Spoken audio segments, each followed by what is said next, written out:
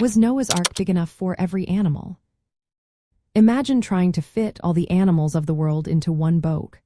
It sounds impossible, but the Bible gives specific details about Noah's Ark that help us understand its size and purpose.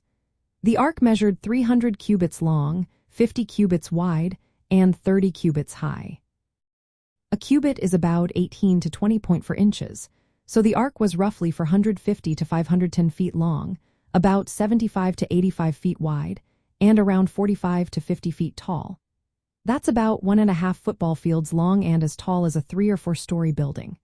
It was a massive wooden vessel, built to float and carry life through the flood. Inside, it had 3 decks, creating plenty of space for animals, food, and water. Now, when we ask if it was big enough for every animal, the Bible doesn't say Noah took every single species we know today.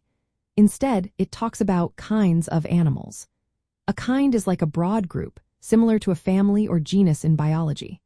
For example, all dogs are one kind, not every breed. Noah was told to bring pairs of each kind, or sometimes 7 pairs, to repopulate the earth after the flood. This means he didn't need to carry every species, just enough to produce new ones later. Considering the ark's size and the idea of kinds, it makes sense that it was enough. Smaller animals, young animals, and those that could be kept in groups would have taken less space. Many animals could have been housed in groups, reducing the total number needed. Plus, the large volume and multiple decks meant Noah could store food and water for everyone on board. In biblical themes, the ark shows God's care and provision.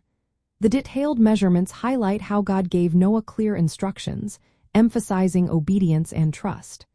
The story reminds us that God's plans are enough to save and preserve life, even in the face of judgment.